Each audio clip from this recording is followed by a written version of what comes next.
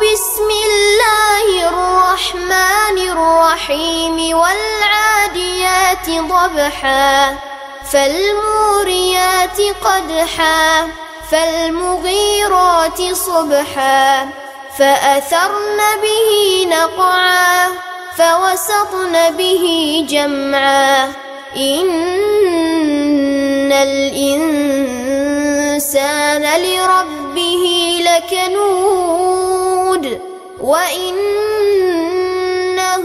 على ذلك لشهيد وإنه لحب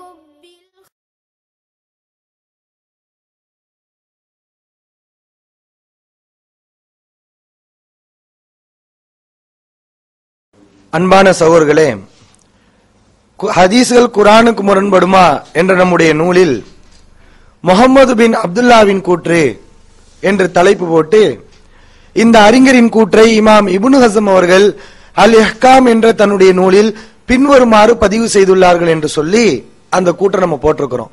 முஹம்மது பின் அப்துல்லா பின் முசிர்ராவின் கூற்றை நம்ம புத்தகத்தில் பதிவு பண்ணியிருக்கிறோம். இலங்கையை சார்ந்த அன்சார் தப்லீக் என்பவர், இவர் மிகப்பெரிய வழிகேடர், இவருடைய கருத்தை புத்தகத்தில் போட்டிருக்கிறார்கள் என்று விமர்சனம் செய்தார். அதை காப்பி எடுத்து இஸ்மாயில் சலஃபிங்கிறவர் இப்ப என்ன பண்ணிருக்காருன்னா அவர் இதை சொல்லியிருக்கார். பாருங்க எப்படிப்பட்ட வழிகேடருடைய கருத்தை எல்லாம் புத்தகத்தில் போட்டிருக்கிறாங்க. இவங்க எல்லாம் இமாமா? முகமது பின் அப்துல்லா பின் முசிர்ராங்கிறது இமாமா? இப்னு ஹஸம் இந்த கூற்றை போட்டிருக்காருன்னா அதை மறுக்கிறதுக்காக போட்டாரு. அப்ப இதெல்லாம் இவங்க ஆதாரமா காட்டியிருக்கிறாங்க என்று பயங்கரமான முறையில் இமாம்களின் பெயரால் தில்லுமுள்ளு செய்யக்கூடியவர்கள் என்று அவர் சொல்லி இருக்கிறார். அன்பான சகோதரர்களே, நம்முடைய இந்த புத்தகத்தில் பல வகையான பல அறிஞருடைய கூற்றுக்களை நம்ம பதிவு பண்ணியிருக்கிறோம். இமாம் ஷாஃபியின் கூற்று, இமாம் குர்துபியின் கூற்று, இமாம் ஜுர்ஜானியின் கூற்று, இமாம் சுயூத்தியின் கூற்று, முகமது பின் அப்துல்லாவின் கூற்று, இமாம் இஸ்மாயிலியின் அணுகுமுறை, இமாம் தஹபியின் அணுகுமுறை என்று பல அறிஞர்களுடைய கருத்துக்களை நம்ம பதிவு பண்ணியிருக்கிறோம். இந்த அன்சார் தப்லீக் அவரை பின்பற்றி சொல்லக்கூடிய இஸ்மாயில் சலஃபியும் என்ன கேட்கிறாங்கன்னா, முகமது பின் அப்துல்லா முசிர்ரா அவர் ஒரு சூஃபி, அவர் ஒரு வழிகேடரு, அவருடைய கருத்தை நீங்கள் எப்படி கொண்டு வரலாம் அப்படின்னு கேட்கிறாங்க. இது என்னன்னா, இந்த புத்தகம் வருவதற்கு முன்னால் தமிழ்நாடு தௌஹீத் ஜமாத் குர்ஆனுக்கு முரண்பட்டால் ஹதீஸை ஏற்றுக்கொள்ளக்கூடாது என்ற நம்ம கருத்தை நம்ம சொன்னோம். அப்ப நம்ம எதிர்க்கக்கூடிய சகோதரர்கள் என்ன பண்றாங்கன்னா, இப்படிப்பட்ட ஒரு விதி ஒண்ணுமே கிடையாது, எந்த அறிஞரும் சொன்னதில்ல, யாருமே சொன்னதில்ல, தௌஹீத் ஜமாத் இன்னைக்கு புதுசா கண்டுபிடிச்சு சொல்றாங்க என்ற ஒரு விமர்சனம் வந்தது. அதுக்கு நம்ம பதில் எழுதும் விதமாகத்தான் இந்த நூல்ல பல அறிஞருடைய கருத்தை நம்ம போட்டிருக்கோம். நம்மளை பொறுத்தவரை இமாம் ஷாஃபியை பின்பற்ற மாட்டோம், குர்துபியை பின்பற்ற மாட்டோம், ஏன் மதுஹப்வாதி இமாம்களை கூட நம்ம இதுல போட்டிருக்கத்தான் செஞ்சிருக்கிறோம். என்ன காரணம்? அவங்கள ஆதாரம் என்பதற்காக நம்ம இதை குறிப்பிடவில்லை. எந்த இமாமும் சொல்லல, ஷாஃபியும் சொல்லல, இமாம் குர்துபியும் சொல்லல, எந்த அறிஞரும் சொல்லல. குர்ஆனுக்கு முரண்பட்டா ஹதீஸை ஏற்றுக்கொள்ள கூடாதுங்கிற கருத்தை அப்பையும் நாம் சொல்லத்தான் செய்வோம். ஏன் நமக்கு ஆளு முக்கியம் இல்ல, இமாம் சொன்னான்னு சொல்லான்னு என்ன, நம்ம சொல்லத்தான் செய்வோம். அப்ப எதுக்காக நம்ம இந்த இவ்வளவு அறிஞருடைய பல அறிஞருடைய கருத்தை இங்க நம்ம கொண்டு வர்றோம்?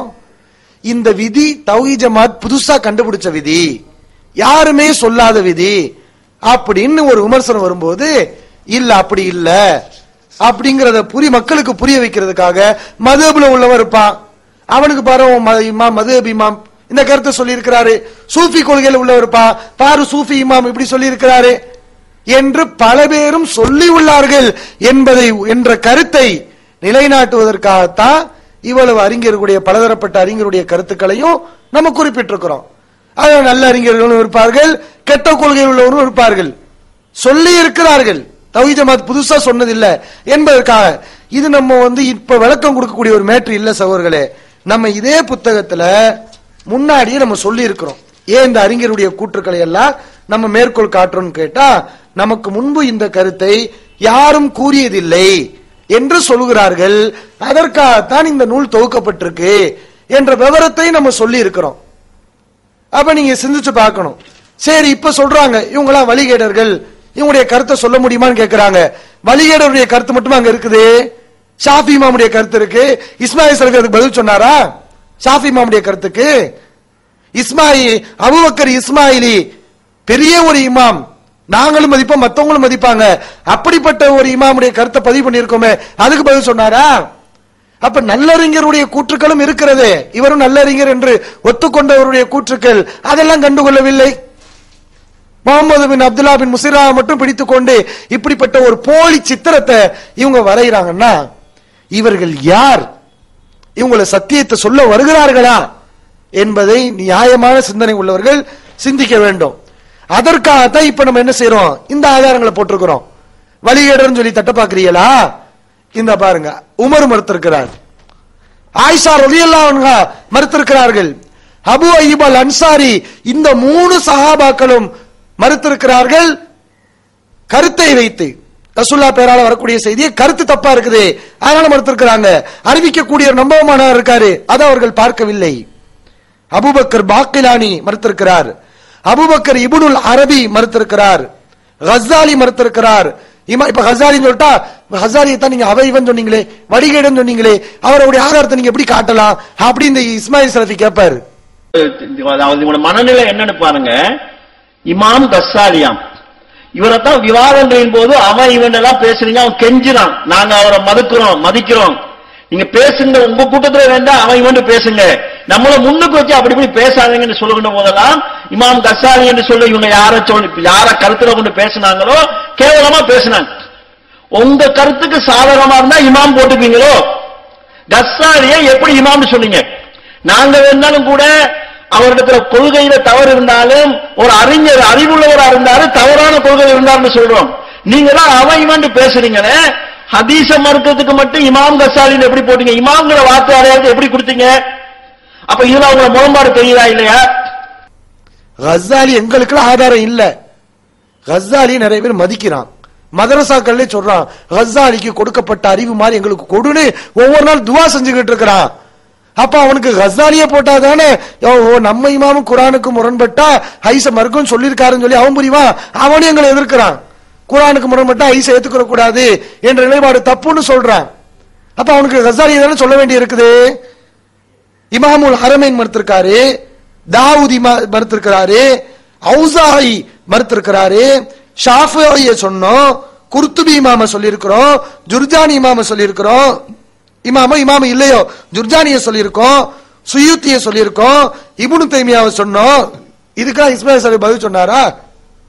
சுயூத்திக்கு பதில் சொல்ல, அதெல்லாம் கிதாப்ல இருக்குது, ஜுர்ஜானியுடைய கிதாப்ல இருக்குது, சுயூத்தி இதை இங்க குறிப்பிட்டு இருக்கிறோம். அதே மாதிரி இப்னு தைமியா அதை சொல்லியிருக்கிறோம். குறைஞ்சபட்சம் இப்னு தைமியாவுக்காக பதில் சொல்லியிருக்க வேண்டாம், அவரை பேரை சொல்லி தானே வசூல் பண்ணிட்டு இருக்கிறீங்க, அந்த கடமைக்காக இப்னு தைமியாவுக்கு பதில் சொல்லியிருக்க வேண்டாம், அதுக்கும் சொல்லல. இப்னு தைமியாவுடைய குற்றங்க பதிவு பண்ணி இருக்கிறோம். அது மாதிரி தஹபி இமாம் அறிவிப்பாளத்தோட சரியா இருக்குது, கருத்து சரியில்லைன்னு சொல்லி அப்படி பல ஐச மறுத்திருக்காரு. தஹபி இமாமுடைய வழிமுறையை போட்டோம். அபூபக்கர் இஸ்மாயிலி மறுத்திருக்கிறாரு, ஃபஹ்ருத்தீன் ராசி மறுத்திருக்கிறாரு, யஹ்யா இப்னு மயின் மறுத்திருக்கிறாரு. இதெல்லாம் இங்க பட்டியல் போட்டிருக்கிறோம். இப்னு அப்துல் பர் மறுத்திருக்கிறார், அபு இசாக் ஷீராசி மறுத்திருக்கிறார், ஹத்தீபுல் பக்தாதி குரானுக்கு முரண்பட்டா ஏத்துக்க கூடாதுன்னு சொல்லியிருக்காரு, இப்னு ஜமா சொல்லியிருக்காரு, சர்கசி சொல்லியிருக்காரு, அபூபக்கர் ஜஸ்ஸா சொல்லியிருக்கிறாரு. இது போக பல அறிஞர்கள் குரானுக்கு முரண்பட்டா புகாரில் இருந்தாலும் ஏற்றுக்கொள்ள கூடாது என்று சொல்லியிருக்கிறார்கள் என்ற பட்டியலை நாங்கள் உங்களுக்கு இப்போது தந்திருக்கிறோம். இதை நீங்க மதிக்கக்கூடிய ஆட்கள் நிறைய இருக்கிறாங்க, ஏராளமா இருக்கிறாங்க. மிகப்பெரிய இமாம் ஹாஃபில் என்று பட்டம் வாங்கியவர்கள் இருக்கிறார்கள். முகமது பின் அப்துல்லா பின் முஸ்ரா மாதிரி ஆட்களா? அப்ப இவங்களை எல்லாம் ஹவாரிஜ்னு சொல்லுவீங்களா? அப்ப என்ன விளங்குது? இவ்வளவு நல்ல அறிஞர்களுடைய வழிமுறைக்கு மாற்றமா இப்படிப்பட்ட ஒரு விதியே கிடையாது, இது ஹவாரிஜுடைய வழிமுறை என்று இவர் இஸ்மாயில் சலஃபி சொல்கிறார் என்றால் இவர் தான் ஹவாரிஜ். அன்பான சகோதரர்களே, குரானுக்கு ஒரு செய்தி முரண்பட்டால் அதன் அறிவிப்பாளத்துடன் சரியாக இருந்தாலும் அதை ஏற்றுக்கொள்ளக்கூடாது என்று சொன்ன அறிஞர்களுடைய பட்டியலை உங்களுக்கு நாம் தந்திருக்கிறோம். அதை செயல்படுத்திய அறிஞர்களையும் அதிலே நாம் குறிப்பிட்டிருக்கிறோம். இப்ப நம்ம இந்த அன்சார் தப்லீகி, இஸ்மாயில் சலஃபி இவங்ககிட்ட எல்லாம் நம்ம என்ன கேட்கிறோம்னா ஒரு சவாலாவே விடுறோம். நாங்க இவ்வளவு அறிஞர்களை உங்களுக்கு சுட்டி காமிச்சிருக்கோம், குர்ஆனுக்கு முரண்பட்டா ஹதீஸை ஏற்றுக்கொள்ளக்கூடாது என்ற நிலைப்பாட்டில் இருந்த அறிஞர்களை சுட்டி காமிச்சிருக்கிறோம். நீங்க ஒரு 10 அறிஞர்களை சுட்டி காட்டுங்க, அறிஞருடைய கூற்றை எடுத்து காட்டுங்க. எப்படி காட்டணும்? குர்ஆனுக்கு மாற்றமாக இருந்தாலும் அந்த ஹதீஸை ஏற்றுக்கொள்ளணும். அறிவிப்பாளத்தோட சரியா இருக்குதா, சரியா இருந்தா குர்ஆனுக்கு மாற்றமா இருந்தாலும் அதை ஏத்துக்கணும் என்று சொன்ன அறிஞருடைய பட்டியலை நீங்க கொடுங்க. அப்படி யாராவது ஒரு 2-3 அறிஞராவது சொல்லி இருக்கிறாங்களா? உங்களால காட்ட முடியுமா? ஒரு அறிஞரை கூட காட்ட முடியாது. இவர் தான் சொல்றாங்க. யார்? இந்த இஸ்மாயில் சலஃபியும் இந்த அன்சார் தப்லீகும் தான் சொல்றாங்களே தவிர எந்த ஒரு அறிஞரும் இல்லங்க. எப்படிங்க அவங்க அப்படி இருப்பாங்க? குர்ஆனுக்கு மாத்தமா ஹதீஸ் வந்தா ஏற்றுக்கொள்ள வேண்டும் என்று எப்படி எந்த அறிஞர் சொல்லுவார் என்பதை நீங்கள் சிந்தித்து பார்க்க வேண்டும். அன்பான சகோதரர்களே, குர்ஆனுக்கு ஒரு செய்தி முரண்பட்டால் அதை ஏற்றுக்கொள்ளக்கூடாது என்ற கருத்து ஹவாரிஜிகளுடைய கொள்கை என்பதற்கு இஸ்மாயில் சலஃபி இன்னொரு செய்தியையும் ஆதாரமாக காட்டினார். புகாரியில 4886வது செய்தியாக பதிவு செய்யப்பட்டிருக்கு. அப்துல்லா பின் மசூத் அவர்கள் சொல்கிறார்கள், பச்சை குத்தி கொள்ளக்கூடிய, பச்சை குத்திவிடக்கூடிய பெண்களை அல்லாஹ் சபிக்கிறான். முகத்தில் உள்ள புருவ முடிகளை மலிக்கக்கூடிய பெண்களை அல்லாஹ் சபிக்கிறான். அழகுக்காக பல்வரிசைகளை விரித்து அல்லாஹ்வின் படைப்பை மாற்றக்கூடிய பெண்களை அல்லாஹ் சபிக்கிறான் என்று அவர் தன்னுடைய கருத்தாகத்தான் இந்த செய்தியை சொல்கிறார். சொன்னவுடன் இந்த தகவல் பனு அசது குலத்தை சார்ந்த உம்மு யாக்கூப் என்ற பெண்ணுக்கு வருகிறது. அந்த பெண் இப்னு மசூத் அவர்களிடத்துல வந்து, இந்த மாதிரி நீங்க இப்படி எல்லாம் செஞ்சா சபிச்சிங்களாமே அந்த நபர்களை அப்படின்னு அந்த அம்மா கேட்கிறாங்க. அப்ப இவர் என்ன சொல்றாருன்னா, ரசூலுல்லாஹி ஸல்லல்லாஹு அலைஹி வஸல்லம் சபிச்சிருக்கிறாங்க, அல்லாஹ்வும் குர்ஆன்ல சபிச்சிருக்கிறான், அதை எப்படி நான் வந்து சபிக்காம இருக்கிறது? அப்படிப்பட்டவங்களை நான் சபிச்சா என்ன அப்படின்னு இவர் பதில் சொல்றாரு. அல்லாஹ்வும் சபிச்சிருக்கிறான், குர்ஆன்ல சபிச்சிருக்கிறான், ரசூலுல்லாஹ்வும் சபிச்சிருக்காங்கன்னு. அப்ப இந்த அம்மா கேக்குறாங்க, நான் குர்ஆனை இந்த அட்டையில இருந்து இந்த அட்டை வரைக்கும் படிச்சிருக்கிறேன், நீங்க சொன்ன மாதிரி குர்ஆன்ல அல்லாஹ் இந்த நபர்களை சபிச்ச மாதிரி நான் எந்த வசனத்தையும் பார்க்கலையே அப்படின்னு அந்த அம்மா கேக்குறாங்க. அப்ப இப்னு மசூத் சொல்றாரு, நீ குர்ஆனை படித்திருந்தால் இந்த வசனத்தை படிச்சியா?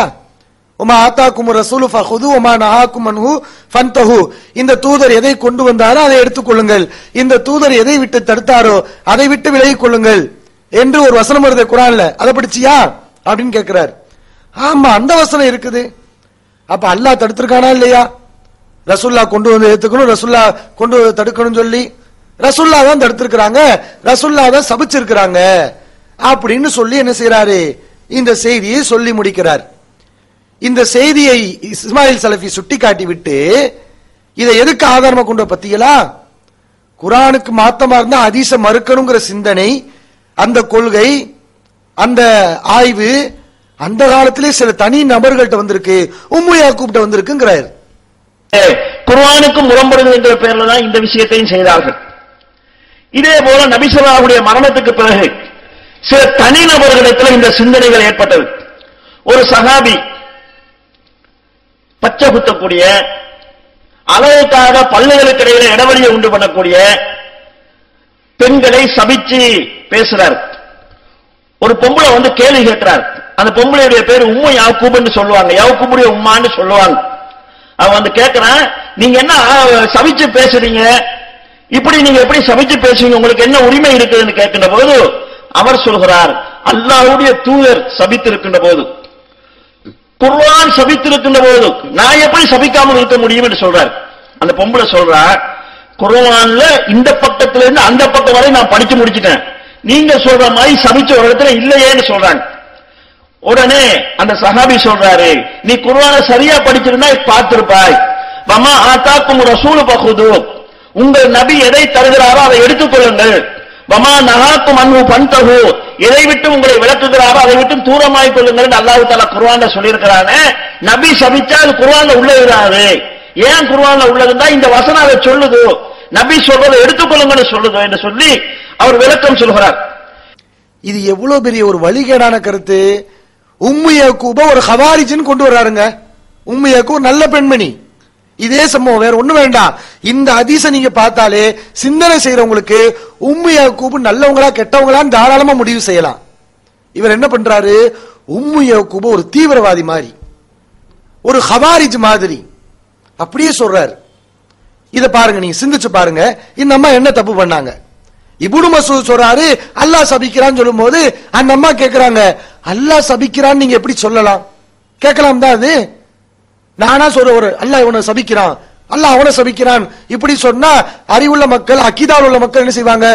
எப்படி நீ சபிப்ப? நீ உனக்கு சபிக்க என்ன ரைட்ஸ் இருக்கு அப்படின்னு கேட்கலாம் தானங்க. கேட்டது தப்பா? உம்மையேக்கோ அப்படி கேட்கறதுனால அவங்க ஹவாரிஜா?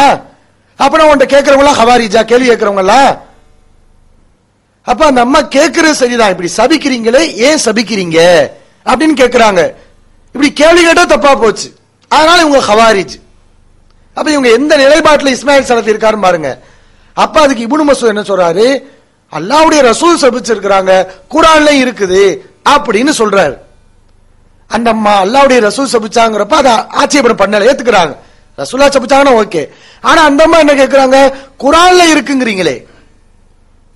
குர்ஆனை இந்த அட்டையில இருந்து இந்த அட்டை வரைக்கும் நான் படிச்சிருக்கிறேன், ஒட்டுமொத்தமா குர்ஆனை படிச்சிருக்கேன். கரத்து மாபைன லௌஹைன் ஃபமா வஜத்து ஃபீஹி, அந்த குர்ஆன்ல அல்லாஹ் சபிச்சிருக்கிறான்னு சொல்றீங்களே. பச்சை குத்தி கொள்ளக்கூடிய பெண்கள், குத்தி விடக்கூடிய பெண்கள், புருவமுடிய மலித்துக் கொள்ளக்கூடிய பெண்கள் சபிச்சிருக்காங்கன்னு சொல்றீங்களே, இது குர்ஆன்ல இருக்குன்னு சொல்றீங்களே. குர்ஆன்ல நான் அட்டையில இருந்து அட்டை வரைக்கும் படிச்சிருக்கேன், எங்க இருக்குன்னு கேட்கிறாங்க.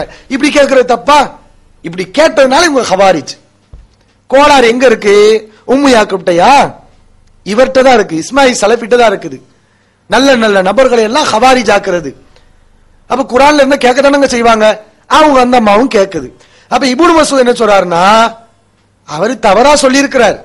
ரசூல்லா சபிச்சிருக்கிறாங்க என்று சொல்லிவிட்டால் பிரச்சனை இல்லை. அவருடைய வாய் தவறி குர்ஆன்ல இருக்குது ரசூல்லாவும் சொல்லியிருக்காங்கன்னு குர்ஆனை சேர்த்து சொல்லிட்டாரு. இப்ப அந்த அம்மா கேக்குது, குர்ஆன்ல இருக்குங்கிறீங்களே எங்க இருக்குன்னு கேக்குறாங்க.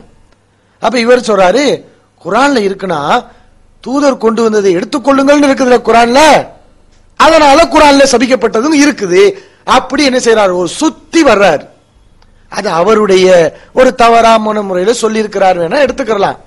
ஆனா இதை வைத்துக் கொண்டு அப்துல்லா பின் மசூத் ரொம்ப சரியா இருந்தாரு, உம்மு யாக்கூப் என்னமோ அப்துல்லா பின் மசூத் சண்டை போட்ட மாதிரி, ஹதீஸ மறுத்த மாதிரி, குர்ஆனை மறுத்த மாதிரி, குர்ஆனுக்கு மறுத்தமா ஹதீஸ் மறுக்கணுங்கிற சொன்ன மாதிரி உம்மு யாக்கூப் ஒரு மோசமான அடிப்படையில இவங்க சொல்லி இருக்கிறாங்கன்னா யோசிச்சு பாருங்க சகோதரர்களே. இப்படி நம்ம சொன்னா வழிகேடருமாங்களா? உம்மு யாக்கூப் இப்படி கேட்டதுக்காக அவரை வழிகேடர்னு சொல்றாங்கல்ல, சிந்தனை கேட்ட செட்டவங்கன்னு சொல்றாங்கல்ல. இப்ப நான் இருக்கிறேன், அல்லது இஸ்மாயில் சலஃபி இருக்காரு, நான் சொல்றேன் இன்னமல் அமாலு பின்னியாத் என்று அல்லாஹ் குர்ஆனிலே சொல்லி இருக்கிறான் அப்படின்னு நான் சொல்றேன். இப்ப இஸ்மாயில் சலஃபி என்கிட்ட கேட்பாரா இல்லையா? குர்ஆன்ல எங்க அல்லாஹ் சொல்லி இருக்கிறா, ஹதீஸ்ல தானங்க இருக்குன்னு கேட்பாரா இல்லையா? இப்படி கேட்டதுனால இஸ்மாயில் சலஃபி வழிகேடரு. இப்ப நான் சொல்றேன், அவர் இப்படி கேட்டோம், நான் என்ன சொல்றேன்? குர்ஆன்ல இந்த வசனத்தை நீ படிக்கல, வமா ஆதாக்கும் ரசூலு ஃபஹுது, இந்த தூதர் கொண்டு வந்ததை எடுத்துக்கொள்ளுங்க, நீ படிக்கலையா அப்படின்னு கேட்கிறேன். ஆமா படிச்சிருக்கிறேன். அப்ப என் கேள்வி கேட்ட போனி ஹவாரிஜ்.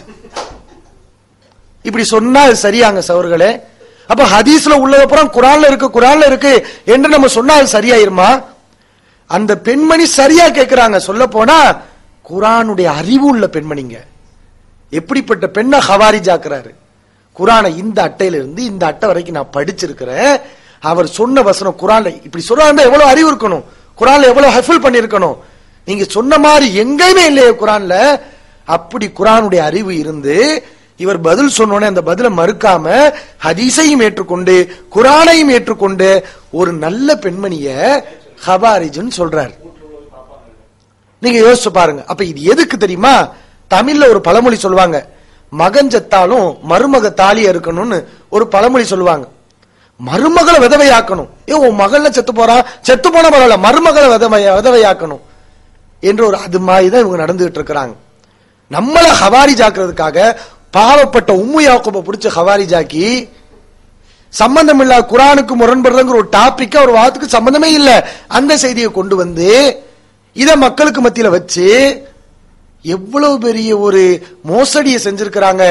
இவங்களை எல்லாம் நம்ம மார்க்கறிஞர்னு ஏத்துக்கிற முடியுமா என்று யோசிச்சு பாருங்க. அன்பான சகோதரர்களே, குர்ஆனுக்கு முரண்பட்ட அந்த ஹதீஸை ஏற்றுக்கொள்ளக்கூடாது என்ற நிலைப்பாட்டுக்கு இவர்கள் எந்த நிலைக்கு போயிட்டாங்கன்னா, குர்ஆனையே கேவலப்படுத்தக்கூடிய வகையில, குர்ஆனுடைய பாதுகாப்பையே கேலி செய்யக்கூடிய வகையில இவர்கள் சென்று விட்டார்கள். ஏன்னா இந்த ஹதீஸை சொல்லி அவங்க என்னத்தை சொல்ல வர்றாங்க? ஹதீஸ்ல உள்ளது எல்லாம் குர்ஆன்ல இருக்குன்னு சொல்லலாம், ஹதீஸ்ல உள்ளது எல்லாம் குர்ஆன்ல இருக்குன்னு சொல்லலாம். கேட்டா அல்லாஹ் வந்து ரசூலுல்லாஹ் கட்டுப்படுறேன்னு சொல்றான்ல, அதனால குர்ஆன்ல இருக்குது என்று குர்ஆனுடைய ஒரு பாதுகாப்பையே கேலிக்கூறியாக ஆக்குற அளவுக்கு இவர்கள் வந்து விட்டார்கள். இப்படியே போனா எங்க போவாங்க தெரியுமா? கடைசியில அல்லாஹ் பெரியார்கள், உண்மையாளர்கள், நல்லடியார்கள் என்று சொல்லுகிறான், கூனுமா சாதிகன் என்று சொல்லுகிறான். எனவே நல்லடியார்கள் சொன்னதெல்லாம் அல்லாஹ்வுடைய வேதத்தில் உள்ளது என்ற மாதிரி ஒரு வழிகேட்ட சிந்தனைக்கு இவர்கள் சென்று கொண்டிருக்கிறார்கள். இது மிக ஆபத்தான வேலை. இப்படிப்பட்டவர்கள் குர்ஆன்ல இருக்குன்னு சொன்னா நீங்க பாத்துக்கோங்க, உண்மையில குர்ஆன்ல இருக்குமா அல்லது இந்த மாதிரி தான் இருக்குமாங்கிறத நீங்க சிந்திச்சு பார்க்கணும். அன்பான சகோதரர்களே, நம்ம சொல்லக்கூடிய இந்த விதி வழிகட்ட விதி என்பதற்கு இஸ்மாயில் சலஃபி இன்னொரு செய்தியை அவர் உரையிலே குறிப்பிடுகிறார்.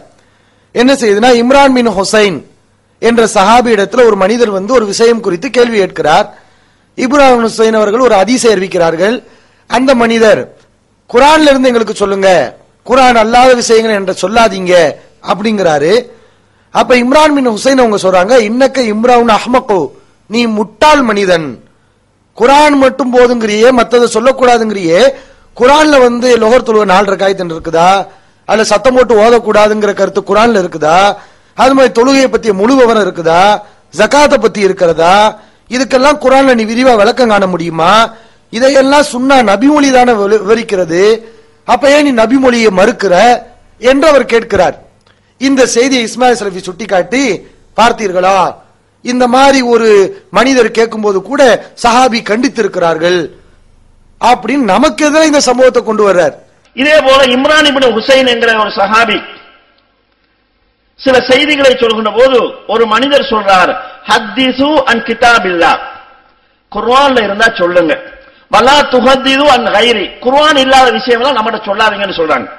உடனே அந்த சஹாபி சொல்றார், இன்னக இம்ரவுன் அஹ்மகுன், நீ ஒரு மடையன். குர்ஆன்ல அல்லாஹ் தஆலா லுஹர் 4 ரக்காயத்துன்னு சொல்லி இருக்கிறானா, அஸர் 4 ரக்காயத்துன்னு சொல்லி இருக்கிறானா, சக்காத்தை பத்தி அல்லாஹ் தஆலா சொல்லி இருக்கான், சக்காத்துல அளவு சொல்லி இருக்கிறானா, இதெல்லாம் எங்க இருந்து எடுக்கிறீங்க? ஹதீஸ்ல இருந்து தானே எடுக்கிறீங்கன்னு சொல்லி சொல்றாரு.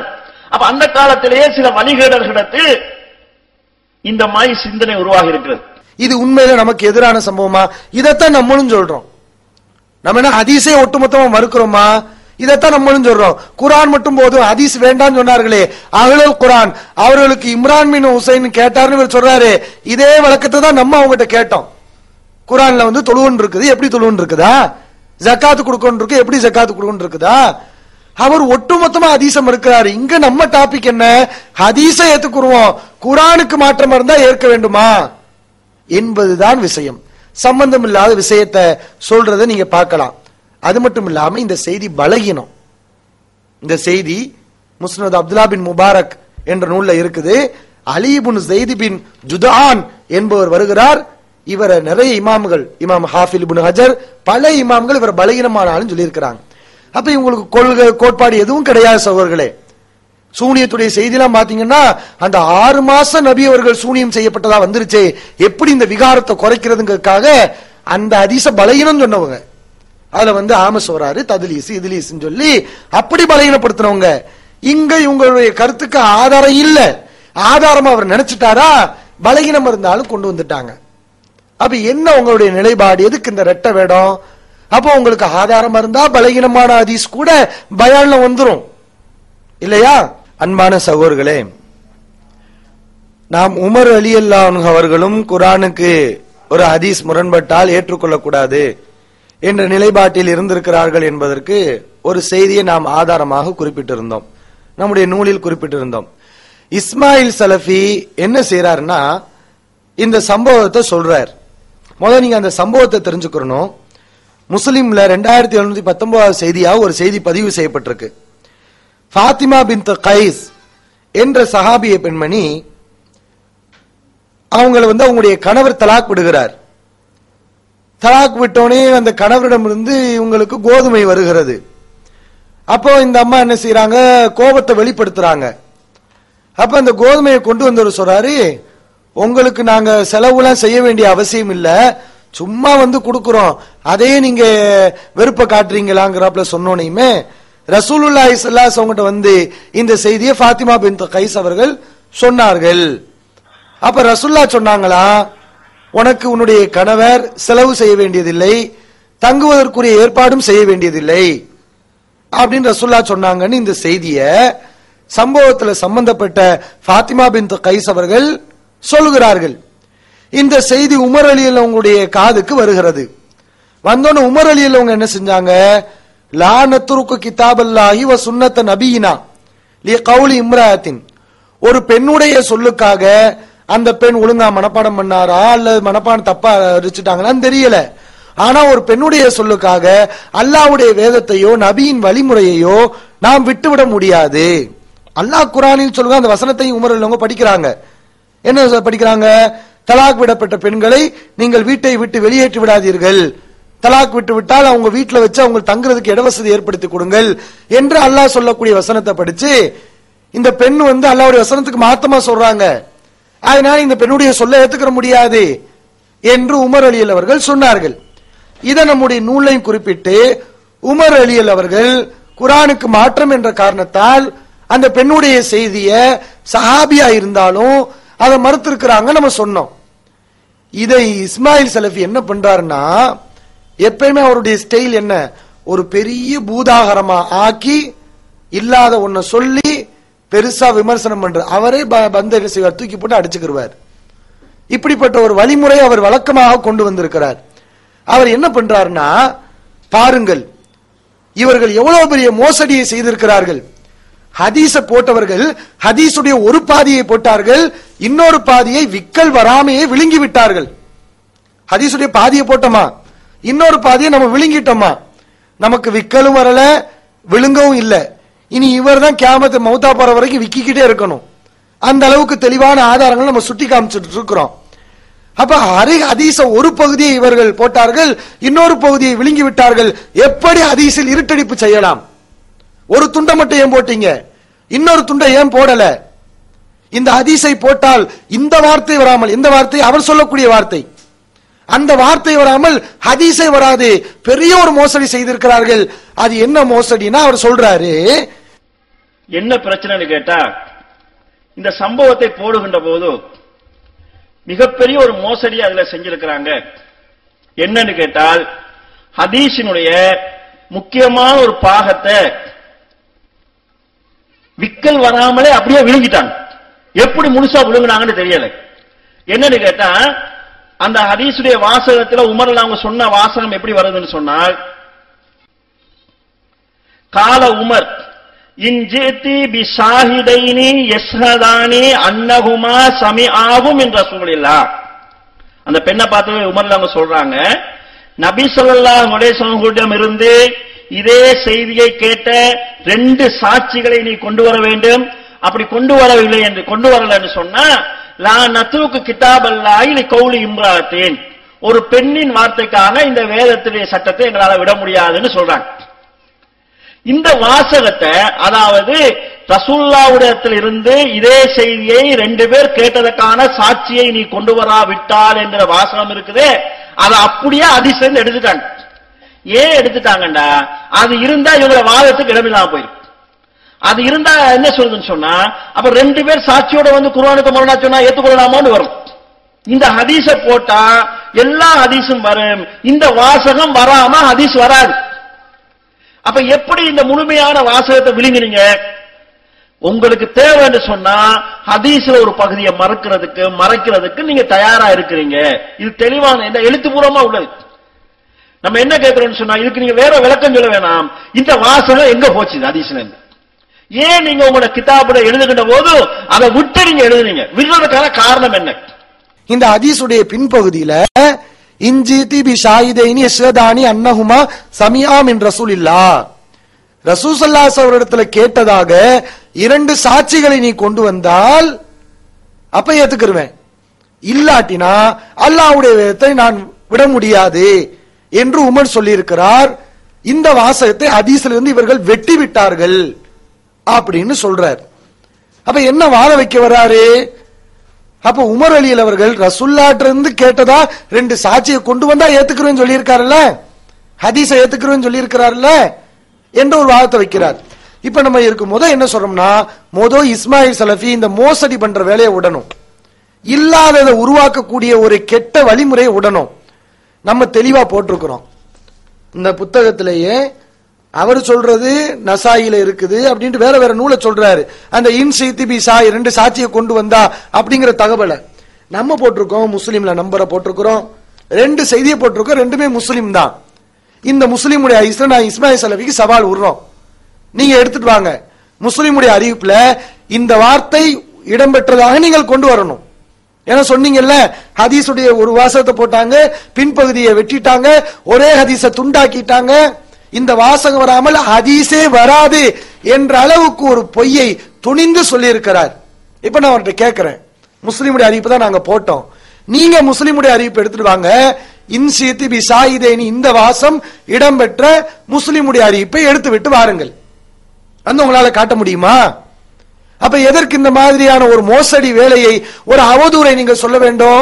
பாக்குற மக்கள் என்ன நினைப்பாங்க, ஓ ஹதீஸ்ல பாதியை போட்டு பாதியை வெட்டி இருக்கிறாங்களா, ஒரு செய்தியை முன்ன போட்டாங்க பின்பகுதியை எடுத்துட்டாங்களா, அப்ப எவ்வளவு பெரிய மோசடிக்காரங்கன்றதானே விளங்காத மக்கள் பார்ப்பார்கள்.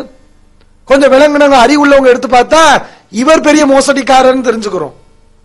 அப்ப அன்பான சகோதரர்களே, நம்ம போட்டிருக்கக்கூடிய முஸ்லிமுடைய அறிவிப்புல அவ்வளவுதான் இருக்குது. அதுல நம்ம வெட்டவும் இல்லை, எதை விழுங்கவும் இல்லை, எதையும் நம்ம குறைக்கவும் இல்லை. என்ன இருக்குதோ அதை அப்படியே நம்ம போட்டுட்டோம். வேற ஒரு நூல்ல முஸ்தக்ரஜ் அபு அவானா நசாயின்னு சொல்லி வேற ஒரு நூல்ல இந்த வார்த்தை இடம்பெற்ற அறிவிப்பு வந்திருக்கு. அப்படி நீங்க சொல்லியிருக்கலாம். முறைப்படி என்ன செய்யலாம், இவங்க இந்த அறிவிப்பு போட்டாங்க, அந்த நூல்ல ஒரு அறிவிப்புல இப்படி இருக்குதுன்னு அந்த அறிவிப்பை இவங்க போடல என்று நீங்கள் சொல்லி இருக்கலாம். முஸ்லீமுடைய அறிவிப்பை நம்ம போட்டதுனால அந்த வாசகத்தை விழுங்கிட்டோம், ஹதீஸ முழுங்கிட்டோம் அப்படிங்கிறாருல, இது யாருக்கு எதிரான கேள்வி? முஸ்லீம் இமாம் இப்ப விழுங்கிட்டாரா? இந்த இன்சியத்தி ஷாயிதேனி என்ற வாசகத்தை முஸ்லீம் இமாம் விழுங்கிட்டார்னு இவங்க சொல்ல வராங்களா? அடுத்து சகோதரர்களே, இவர் சொல்லக்கூடிய இந்த அறிவிப்பு சரியானதான் வருவோம். நம்ம ஏன் முஸ்லீமுடைய அறிவிப்பை போட்டோம்னா அந்த அறிவிப்புல அறிவிப்பாளர் தொடரும் சரியா இருக்கிறது, அதனுடைய கருத்துல ஒண்ணுக்கொண்ணு எந்த முரணும் இல்லாமல் தெளிவான முறையில் இருக்கிறது. ஆனா இவங்க என்ன செய்யறாங்க, முஸ்லீமுடைய அறிவிப்பை விட்டுட்டு முரண்பாடு உள்ள ஒரு அறிவிப்பை எடுத்து காட்டுறாங்க. அதுல என்ன முரண்பாடு நான் சொல்லி காட்டுறேன். உமர் அலி அவர்கள் மறுக்கிறார்கள், இந்த பெண்ணுடைய சொல்லு குர்ஆனுக்கு மாற்றமா இருக்குன்னு சொல்லி. இவங்க காட்டக்கூடிய அறிவிப்புல எப்படி வருது, நீ 2 சாட்சிகளை கொண்டு வந்தால் ஏத்துக்கிறவேன், இல்லன்னா அல்லாஹ்வுடைய வேதத்தை விட முடியாது என்று உமர் அலி அவர்கள் சொன்னதா வருகிறது. இது முரண்பாடா இல்லையா? குர்ஆனை நம்ம ஏத்துக்கிறோம், குர்ஆனை எப்பயும் விடக்கூடாது. 2 பேர் என்ன 1000 பேர் வந்து சொன்னாலும் குர்ஆனை விட முடியாது. ஆனா இங்க ஒண்ணுக்கொண்ணு முரணான கருத்து வர்றத பாருங்க. நீங்க 2 பேர் சாட்சி சொன்னா குர்ஆனை விட்டுருவேன், இல்லன்னா குர்ஆனை நான் விட மாட்டேன் அப்படின்னு சொன்ன மாதிரி இருக்குது. இது இன்னொரு கருத்தை மறுக்குது. எப்படி மறுக்குது?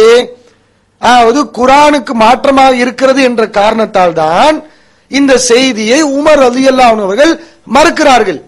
அப்ப குர்ஆனுக்கு மாத்தமா 2 பேர் வந்தா அப்ப குர்ஆனுக்கு மாத்தமா இருந்தாலும் ஏத்துக்குவான்னு இவங்க சொல்ல வராங்களா? அப்படி உமர் அலி அவர்கள் சொல்லி இருப்பார்களா? சொல்ல முடியுமா? ஒரு உதாரணம் சொன்னா உங்களுக்கு விளங்கும். இப்ப ஒரு மனிதன் சொல்லுகிறான், நான் விபச்சாரமே செய்ய மாட்டேன், அழகான பெண்ணாக இருந்தாலே தவிர. இப்படி சொன்னா அவன் அறிவாளியா இருப்பானா? ஒரு நல்ல ஒழுக்கமான மனுஷன், ஒரு அறிவுள்ள மனுஷன் இப்படி சொல்லுவானா? அந்த மாதிரிதான் இவங்களுடைய வழக்கம் இருக்குது. குர்ஆனுக்கு மாற்றமா இருந்தா ஏத்துக்கிற மாட்டார். 2 சாட்சி என்ன 1000 சாட்சி வந்தாலும் உமர் ஏற்றுக்கொள்ள மாட்டார், ஏற்றுக்கொள்ள கூடாது. இல்லன்னா உமர் அலி உள்ளவங்கள மோசமான சிந்தனை உள்ளவங்க சொல்றாங்க, 2 பேர் வந்தா குர்ஆனுக்கு மாத்தமா இருந்தாலும் ஏத்துக்கலாம் அப்படின்னு சொன்ன மாதிரி ஒரு தோற்றத்தை இவர்கள் ஏற்படுத்துகிறார்கள். அப்ப இந்த ஹதீஸ் சரியில்லை. உமர் ரலியல்லாஹு அன்ஹு அவர்கள் நீ 2 சாட்சி அந்த அம்மா அந்த மாதிரி சொன்னோனையுமே நீ 2 சாட்சியை கொண்டு வந்தா ஏற்றுக்கொள்வேன் என்று சொல்லி இருந்தால் அது குர்ஆனுக்கு மாற்றமான கான்செப்ட்ல வராது, அதை நம்மளும் சொல்ல மாட்டோம். ஆனா உமர் அலி அவர்கள் எப்படி மறுக்கிறார்கள், ஓ நீ சொல்லக்கூடியது குர்ஆனுக்கு மாற்றமா இருக்குது, நீ சொன்னதை கடைபிடித்தால் குர்ஆனை புறக்கணிக்க வேண்டிய ஒரு நிலை இருக்கிறது, அதனால அவர் மறுக்கிறார். அப்ப இந்த மாதிரி இருக்கும்போது உமர் அலி அவர்கள் இப்படி சொல்லி இருக்க முடியுமா? இவங்க காட்டக்கூடிய இந்த செய்திய அடிப்படையில 2 சாட்சி வந்தா குர்ஆனுக்கு மாத்தமா இருந்தாலும் ஏத்துக்கிருவேன் என்று உமர் அலி அவர்கள் சொல்ல முடியுமா? அறிவு உமர் அலி அவங்க என்ன அறிவுள்ள யாராவது சொல்வாங்களா? குர்ஆனுக்கு மாத்தமா இருந்தா ஏத்துக்கிற மாட்டேன், 2 பேர் வழியா வந்துருச்சுன்னா மாத்தமா இருந்தாலும் ஏத்துக்கிருவேன் என்று அறிவுள்ள யாராவது சொல்லுவாங்களா? இஸ்மாயில் சலஃபி வேண்டுமானாலும் அப்படி சொல்லலாம், ஆனா உமர் அலி அவர்கள் அப்படி சொல்ல மாட்டார்கள். அப்ப ஹதீஸுடைய விதி என்னன்னா, ஒரு ஹதீஸுடைய முன்பகுதியை பின்பகுதி மறுக்கிறது அல்லது பின்பகுதியை முன்பகுதி மறுக்கிறது, இப்படி வந்தால் அது சரியான செய்தி இல்லை. அப்ப இதனுடைய கருத்தை நீங்க கவனிக்கும் போது உங்களுக்கு தெரியும், என்னடா இது, 2 சாட்சி வந்தா குரானை விட்டுருவேங்கிற அர்த்தம் வருது, 2 சாட்சி வந்தா குரானுக்கு மாத்தமா இருந்தாலும் ஏத்துக்கிருவேன் அப்படிங்கிற அர்த்தம் வருது. அப்ப இது தவறான அறிவிப்பு என்று உங்களுக்கு விளங்கும். ஒரு செய்தியில முன்பகுதி பின்பகுதியை மறுத்தால் அந்த செய்தி தப்பான செய்தி, பிழையான செய்தி என்ற விதி ஹதீஸ்க்கு மட்டும் இல்லைங்க, எந்த ஒரு விஷயத்திலையும் அது பொருந்தக்கூடிய ஒரு விதிதான். உதாரணமா ஒரு ஆள் சொல்றார், 1948 காந்தி சுடப்பட்டார் அப்படின்னு சொல்றார். இதை மட்டும் சொன்னா பிரச்சனை இல்ல. 1948 காந்தி சுடப்பட்டார், 1950 நான் காந்தியோட ஒரு சபையில இருந்த நிகழ்ச்சியில இருந்தேங்கிறார். அப்ப இது பொய்யான செய்தி ஆகுதா இல்லையா? 48 சுடப்பட்டு கொல்லப்பட்டாருன்னு சொல்றீங்க, 50 அவரோடு ஒரு சபையில ஒரு நிகழ்ச்சியில கலந்து கொண்டேங்கிறீங்க. அப்ப இது முரணா இருக்குது, இந்த தகவலே தப்பு என்பதுதான் எல்லா விஷயத்துக்குரிய ஒரு பொதுவான விதி. அந்த விதியின் அடிப்படையில தான் இந்த செய்தியில குழப்பம் இருக்கிறனால குழப்பமான அறிவிப்பை நம்ம போடல.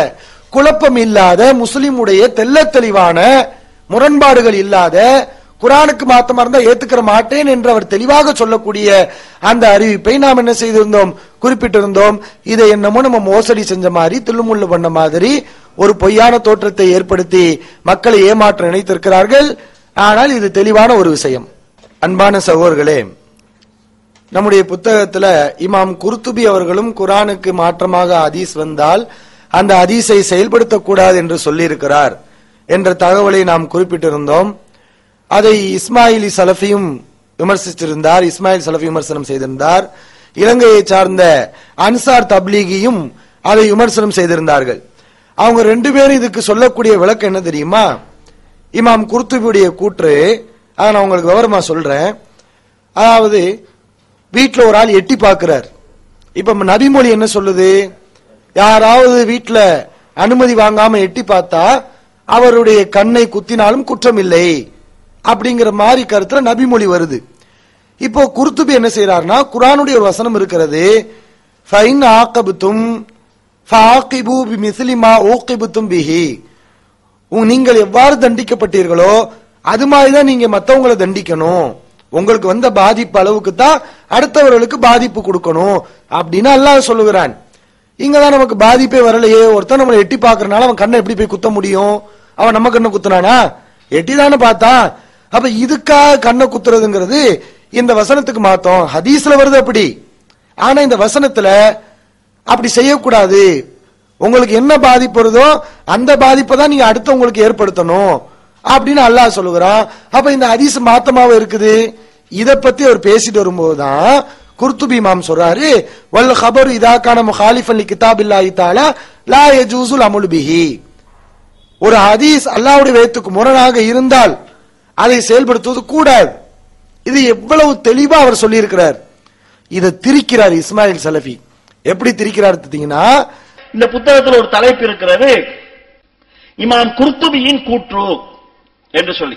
அது என்ன எழுதப்படுது என்றால், அல்லாஹ்வுடைய வேதத்துக்கு ஹதீஸ் முரண் அதை செயல்படுத்தக்கூடாது, இமாம் குர்துபியே சொல்லியிருக்கிறாருன்னு சொல்லி.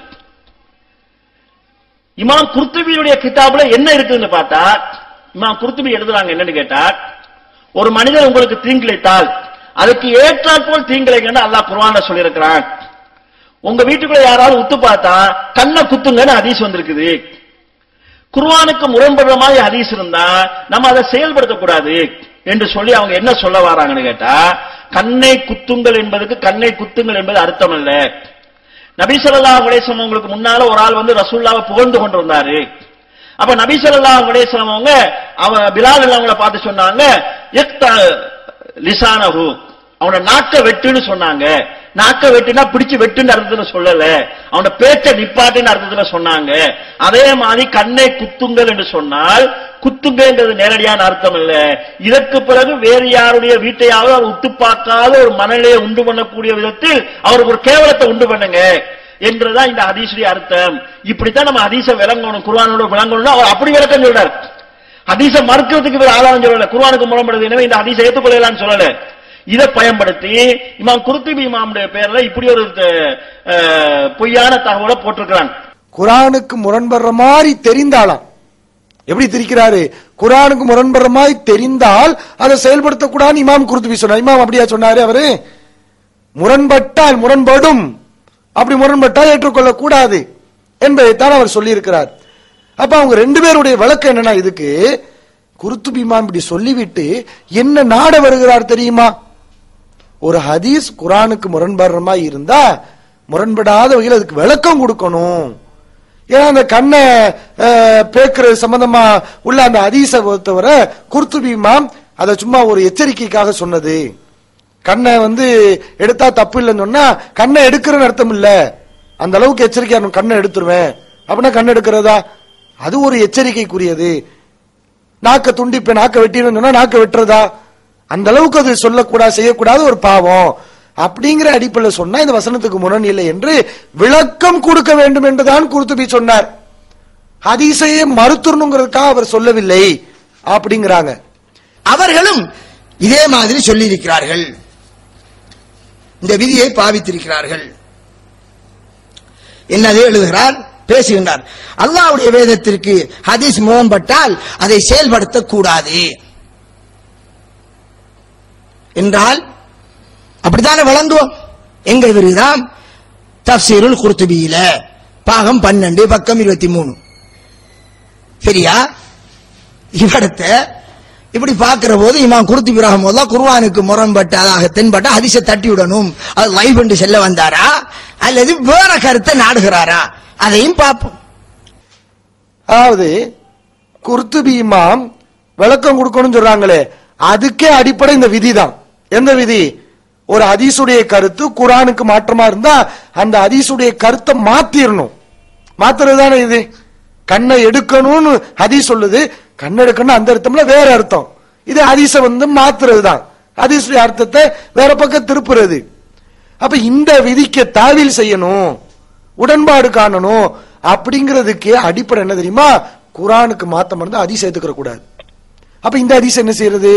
வேணும்னா விளக்கம் கொடு, விளக்கம் கொடுக்க முடிஞ்சா கொடுப்போம், விளக்கம் கொடுக்க முடியாதுன்னு என்ன செய்யறது? தௌஹீத் ஜமாஅத் நிலைப்பாடு என்ன? ஹதீஸையும் ஒட்டுமொத்த மறுக்கணுங்கிறதா? நம்ம நிலைப்பாடு குர்துபி நிலைப்பாடு தான். ஒரு ஹதீஸ் குர்ஆனுக்கு முரண்படுற மாதிரி தெரியுது, தெரிஞ்சாலே மறுத்துடணுமா? அப்படி எத்தனை ஹதீஸை நாங்க மறுக்காம ஏத்திருக்கிறோம்? எங்கள்கிட்ட பல மக்கள் கேட்பாங்க கேள்வி, இந்த ஹதீஸ் இந்த வசனத்துக்கு மாத்தமா இருக்குன்னு. நாங்க அதுக்கு விளக்கம் சொல்லி இருக்கோம். இல்லங்க அது மாத்தம் இல்ல, முரண் இல்லாம இப்படி புரிஞ்சுக்கலாம்னு முரண்பாட்டை நீக்கி அதுக்கு விளக்கம் கொடுத்து பல ஹதீஸ்களை ஏத்திருக்கிறோம். அந்த குர்துபி சொல்லக்கூடிய நிலைப்பாடுலாம் இருக்கிறோம். விளக்கம் கொடுக்க முடிஞ்சா சரி, குர்துபி அந்த இடத்துல செஞ்சார்ல அது மாதிரி விளக்கம் கொடுக்க முடிஞ்சா செய்வோம். விளக்கம் கொடுக்க முடியாதுன்னு என்ன செய்யறது? இந்த விதி தான். எந்த விதி? செய்தி குர்ஆனுக்கு மாற்றமா இருந்தால் அதை செயல்படுத்துவது கூடாதுங்கிற விதி தான். இத குர்துபி இமாமுக்கு இப்படி சொன்னாங்கல்ல, குர்துபி இமாமுடைய வழிமுறை என்னன்னு உங்களுக்கு தெரியுமா? சும்மா எதையாவது சொல்லி தன்னுடைய கருத்தை நிலைநாட்ட பார்க்கிறார்களே தவிர குர்துபி இமாமை பத்தி இப்படி சொல்லியிருக்காங்களே, குர்துபி இமாம் இந்த நிலைப்பாட்டில் உள்ளவரான்னு சொல்லி அவருடைய புத்தகத்தை தேடி பார்த்து அவருடைய சொல்ல பார்த்திருக்கணுமா இல்லையா? குர்துபி இமாம் என்ன செய்வாரு? விளக்கம் கொடுக்க முடிஞ்சா கொடுப்பாரு. குர்ஆனுக்கு மாத்தமா வருதா விளக்கம் கொடுக்க முடிஞ்சா கொடுப்பாரு, முடியலையா மறுத்துருவார். மறுக்கவும் செஞ்சிருக்கிறார். அதுக்கு ஒரு செய்தியை சொல்லி காட்டுறேன். ஃபதவுல் பாரில இப்னு ஹஜர் அவங்க சொல்றாங்க, காலல் குர்துபி, குர்துபி இமாம் சொல்றாரு ஒரு செய்தி இப்னு அப்பாஸ் ரலியல்லாஹு அன்ஹு இருந்து வருது, அல்லாஹ் தடுத்த எல்லா விஷயங்களும் பெரும்பாவம் தான் என்று இப்னு அப்பாஸ் அவர்கள் சொன்னதாக ஒரு செய்தி வருது. இந்த செய்தி எப்படிப்பட்டது? இஸ்மாயில், காலி, தபுரி இவங்கெல்லாம் அந்த ஹதீஸை பதிவு பண்ணி இருக்கிறாங்க. இப்னு அப்பாஸ் சொன்னதாக பி சனதின் சஹீஹின், சரியான சனதோட, அலா ஷர்தி ஷைஹைன், சஹீனா எப்படி சஹி? புகாரி முஸ்லிமுடைய நிபந்தனை அடிப்படையில சஹீஹான செய்தி. எது? இப்னு அப்பாஸ் சொன்னதா வரக்கூடிய செய்தி. அல்லாஹ் தடுத்த எல்லா விஷயங்களும் பெரும்பாவம் தான் என்று இப்னு அப்பாஸ் அவர்கள் சொன்னார்கள் என்று வரக்கூடிய செய்தி தப்ரீல பதிவு செய்யப்பட்டிருக்கு. புகாரி முஸ்லிமுடைய நிபந்தனைக்கு உட்பட்டு சரியான செய்தி. இத குர்துபி என்ன செய்யறாரு? விளக்கம் தர முடியல அவளுக்கு. குர்ஆனுக்கு மாத்தமாவுல இருக்குது. அல்லாஹ் தடுத்த எல்லா விஷயம் பெரும்பாவங்கிற கருத்து குர்ஆனுக்கு மாத்தமா இருக்கு. அந்த குர்துபி இமாம் சொல்றத பாருங்க. மா அதுன்னுஹு யஸிஹு அன் இப்னு அப்பாஸ், இப்னு அப்பாஸ் இருந்து இது சஹீஹானதாக நான் கருதவில்லை. இப்னு அப்பாஸ் இப்படி சொல்லி இருப்பார் என்று நான் கருதவில்லை. ஏன் தெரியுமா? அன்னஹு முகாலிஃபுன் லிலாஹிரில் குர்ஆன், ஏனா இது குர்ஆனுடைய கருத்துக்கு மாற்றமா இருக்குது. அல்லாஹ் தடுத்த எல்லா விஷயமும் பெரும்பாவம் தான் என்பது குர்ஆனுடைய கருத்துக்கு மாற்றமா இருக்குது. ஏன்னா குர்ஆன்ல அல்லாஹ் சொல்றான், அல்லதீன யஜ்தனிபூன கபாயிரல் இஸ்மி, பெரும்பாவத்தை தவிர்த்து கொள்வார்கள், மானக்கேடான விஷயத்தை தவிர்த்து கொள்வார்கள், இல்ல நம்ம சின்ன சின்ன பாவங்களை தவிர. அதே மாதிரி அல்லாஹ் இன்னொரு இடத்துல சொல்றான், வைன் தஜ்தனிபு கபாயிர மா துன்ஹவுன அன்ஹு, நீங்கள் தடுக்கப்பட்ட பாவங்களில் பெரும்பாவங்களை விட்டு விலகிக் கொண்டால். இது மாதிரி அல்லாஹ் பெரும்பாவம் என்று தனியா பிரிக்கிறான், சின்ன பாவம் இருக்குன்னு குர்ஆன்ல பல இடங்களை சொல்லி காட்டுறான். இதெல்லாம் சொல்லிட்டு என்ன சொல்றாரு தெரியுமா குர்துபி? ஃபகைஃப யக்ஃபா ذلك அலா ஹப்ரில் குர்ஆன், குர்ஆன் அறிவாளியான, குர்ஆன் மேதையான இப்னு அப்பாஸுக்கு இந்த விஷயம் எப்படி தெரியாமல் இருக்கும்? பாவங்கள்ல பெரும்பாவம் இருக்குது, சின்ன பாவம் இருக்குங்கிற ஒரு விஷயம் குர்ஆன் மேதை இப்னு அப்பாஸுக்கு எப்படி தெரியாம இருக்கும்? அதனால இது இப்னு அப்பாஸ் சொல்லி இருக்க மாட்டார். சனது சரியா இருக்குது, புகாரி முஸ்லிமுடைய மதனிக்கு உட்பட்டு இருக்குது. அப்ப குர்துபியுடைய நிலைப்பாடு அதுதான். எது நிலைப்பாடு? குர்ஆன் அந்த வல் ஹபரு இதா கான முகாலிஃபன் லிகிதாபில்லாஹ், ஒரு ஹதீஸ் குர்ஆனுக்கு மாற்றமா இருந்தால் லா யஜூசுல் அமலு பிஹி, அதை செயல்படுத்துவது கூடாது அப்படிங்கிறது தான் ஒரு நிலைப்பாடு. விளக்கம் கொடுக்க முடிஞ்சா கொடுப்பாரு, கொடுக்காட்டினா அது சஹீ இல்ல, அது மறுத்துருவார், மருத்துவம் இருக்கிறார். அப்ப எதுக்கு நீங்க இதை திரிக்கணும்? குர்துபி இமாமுடைய விளக்கத்துக்கு நீங்க ஒரு சுய விளக்கத்தை கொடுத்து ஏன் இந்த ஒரு சரியான விதியை நீங்க மறுக்கணும்? சகோதரர் பிஜே அவர்கள் அவங்களுடைய தர்ஜுமாவுல தெல்ல தெளிவாக இந்த விஷயத்தை சொல்லி இருக்கிறாங்க. என்ன விஷயத்தை? குர்ஆனுக்கு முரண்படுற மாதிரி ஒரு ஹதீஸ் தெரிந்தால் அதை இணைத்துத்தான் விளக்கம் கூற வேண்டும், அதுதான் விதி. இணைத்து கூற முடியல, அப்ப என்ன பண்றது? அந்த சந்தர்ப்பத்துல தான் ஹதீஸை ஏற்றுக்கொள்ளக்கூடாது என்று தெளிவாக சொல்லி இருக்கிறார். எங்க சொல்றாரு? அவருடைய தர்ஜுமாவுல 1482வது பக்கத்துல சொல்றாரு, ஒரு ஹதீஸ் எந்த வகையிலும் திருக்குர்ஆனுடன் அறவே ஒத்து போகவில்லை, எந்த வகையிலும் ஒத்து போகல, திருக்குர்ஆனுடன் நேரடியாக மோதுவது போல் அமைந்துள்ளது, இரண்டையும் எந்த வகையிலும் இணைத்து விளக்கம் கூற முடியாது என்றால், எந்த வகையில் இணைத்து கூற விளக்கமே தர முடியாது, அப்பதான் அந்த செய்தியை நம்ம ஏற்றுக்கொள்ள கூடாது. இணைத்து விளக்கம் தர முடியுமானால் அப்ப அந்த செய்தியை ஏற்றுக்கொள்ளலாம் என்று தெளிவாக சொல்லி இருக்கிறோம். நம்முடைய புத்தகத்துல இப்னு ஹஸம் அவர்கள் முஹம்மது பின் அப்துல்லா பின் முசிர்ரா என்பவர் ஒரு கூற்றை பதிவு செய்திருக்கிறார். அவருடைய கூற்று என்னன்னா, குர்ஆனுக்கு மாற்றமா இருந்தா அந்த ஹதீஸை ஏற்றுக்கொள்ளக்கூடாது என்று முஹம்மது பின் அப்துல்லா பின் முசிரா என்பவர் சொல்லி இருக்கிறார். அவருடைய கூற்றை இப்னு ஹஸம் பதிவு பண்ணியிருக்கிறார் என்ற ஒரு தகவலை நம்முடைய நூல்ல நம்ம சொன்னோம். இஸ்மாயில் சலஃபியும் அன்சார் தப்லீகியும் இந்த முஹம்மது பின் அப்துல்லா பின் முசிராவுடைய கூற்றை எப்படி இவர்கள் கொண்டு வரலாம்? அவர் ஒரு வழிகேடர். இப்னு ஹஸம் இந்த நபருடைய கூற்றை கொண்டு வருகிறார் என்றால் எதற்கு கொண்டு வந்தார்? அதை மறுப்பதற்காகத்தான் கொண்டு வந்தார். அப்ப பாருங்க எவ்வளவு பெரிய மோசடி இவர்கள் செய்திருக்கிறார்கள் என்று விமர்சனம் பண்றாங்க. இதுல 17ஆம் பக்கத்துல ஒரு தலைப்பு போட்டுக்கிறாங்க, முஹம்மது பின் அப்துல்லாவின் கூற்று. இந்த அறிஞரின் கூற்றை இமாம் இப்னு ஹஸம் அவர்கள் அல் இஹ்காம் என்கிற தன்னுடைய நூலில் பின்வருமாறு பதிவு செய்துள்ளார்கள் என்று சொல்லி, இவர் ஒரு அறிஞர், இவருடைய கூற்றை இமாம் இப்னு ஹஸம் பல இடங்களில் கையாண்டு இருக்கிறான்னு போட்டிருக்கார். இப்னு ஹஸம் எடுத்து என்னடான்னு பார்த்தா இவருக்கு மறுப்பு சொல்றதுக்கு அவர் எடுத்து போட்டிருக்கார். நம்ம எதுக்காக இந்த இப்னு ஹஸமுடைய நூலையும் முஹம்மது பின் அப்துல்லா பின் முசிராவை நம்ம சொன்னோம்? யாருமே சொல்லவில்லை என்று ஃபித்னா செய்கிறார்கள். யாருமே சொல்லலங்கிறது தப்பான கருத்துங்க. முஹம்மது பின் அப்துல்லா பின் முசிரா என்பவர் சொல்லி இருக்கிறார் என்பதற்காகத்தான் நம்ம இங்க சொல்லி இருந்தோம். இந்த கூட்டம் நம்ம எடுத்து காட்டினோம். அப்ப என்ன முஹம்மது பின் அப்துல்லா பின் முசிரா சொன்னாரா இல்லையா? நாங்க சொன்னது பொய்யா இல்லாதையா சொன்னோம்? முஹம்மது பின் அப்துல்லா பின் முசிரா அவர் நல்லவரா கெட்டவராங்கிறது வேற டாபிக், அது இங்க சர்ச்சையே இல்ல. நம்ம புத்தகத்தில் எழுதும்போது நல்லவரா கெட்டவரா, நல்லவர்கள் சொல்லியிருக்காங்களா கெட்டவங்க சொல்லியிருக்காங்களா என்ற அடிப்படையில் நம்ம செய்தியை குறிப்பிடல. நம்ம அங்க பல இமாமுடைய கூற்ற குறிப்பிடுறோம். எதுக்கு சொல்றோம்? நாங்க மட்டும் இது புதுசா சொல்லல, எங்களுக்கு முன்னாடி பல பேர் சொல்லி இருக்கிறாங்க என்பதற்காகத்தான். இல்ல இப்னு ஹஸம் அப்படி மறுத்தாரா? முஹம்மது பின் அப்துல்லா பின் முசிரா என்பவர் சொல்லவில்லை, அப்படி அவர் மறுத்தாரு? முஹம்மது பின் அப்துல்லா பின் முசிரா இப்படி சொல்லி இருக்கிறார்னு சொல்லிட்டு இவர் அதை மறுக்கிறார். அப்ப சொன்னாருங்கிறது கன்ஃபார்ம் ஆகுதா இல்லையா? அப்ப எதற்கு நம்ம அந்த செய்தியை குறிப்பிட்டோங்கிற ஒரு விஷயம் கூட தெரியாமல் அதை இவர்கள் விமர்சனம் செய்து கொண்டிருக்கிறார்கள். நம்ம இதுக்கு முன்னாடியே விளக்கி இருக்கிறோம். இந்த முகமது பின் அப்துல்லா பின் முசிரா வழிகட்டவரா இருந்தா என்ன, இப்னு ஹஸம் அந்த அவருடைய கருத்தை மறுத்தா என்ன, ஏராளமான இமாம்கள் இவங்களுடைய இந்த குர்ஆனுக்கு முரண்பட்ட ஹதீஸை மறுக்க வேண்டும்ங்கிற கருத்துல இவர்களே ஏற்றுக்கொள்ளக்கூடிய பல இமாம்கள் இந்த விதியை சொல்லியிருக்கிறார்கள் என்ற பட்டியலை கிட்டத்தட்ட 25க்கு மேற்பட்ட இமாம்கள் சொல்லியிருக்காங்கிறது இப்ப நம்ம சொல்லியிருக்கிறோம். இது மட்டும் இல்ல, இன்னும் நிறைய சொல்லி இருக்கிறார்கள். தேவைப்பட்டா நம்ம இஸ்மாயில் சலஃபியுடைய நூல்ல இருந்து கூட நம்ம ஆதாரம் காட்டுவோம். எதுக்கு? இந்த விதியை அவரும் சொல்லியிருக்கார். யாரெல்லாம் சொல்லி இருக்கிறாங்க என்று வரும்போது இஸ்மாயில் சலஃபியுடைய பயான்ல இருந்தா கூட நம்ம காட்டும். அதுக்காக இஸ்மாயில் சலஃபி சத்தியத்தில் உள்ளவர் அர்த்தம் கிடையாது, அவர் சொல்றதெல்லாம் உண்மைன்னு அர்த்தம் கிடையாது, அவர் நேர்மையாளர்னு அர்த்தம் கிடையாது. சொல்லி இருக்கிறாரா இல்லையா என்று வரும்போது பல பேரை நம்ம குறிப்பிடுவோம். அந்த அடிப்படையில தான் இதையும் நம்ம சொன்னோம். இதுல மறுப்பதற்கு, நம்ம மோசடி செய்தோம் என்று சொல்வதற்கு எந்த விதமான நியாயமும் இல்லை. அல்லாஹு